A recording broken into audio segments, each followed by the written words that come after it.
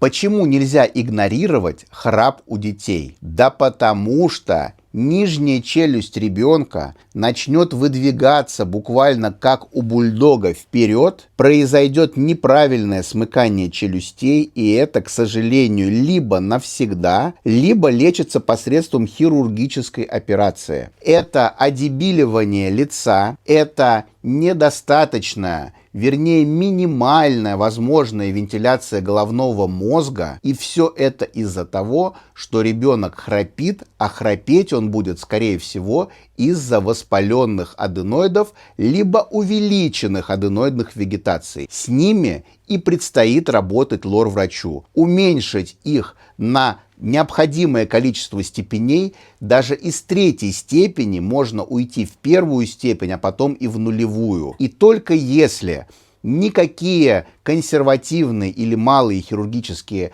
пособия не оказывают помощи, приходится прибегать к хирургической операции.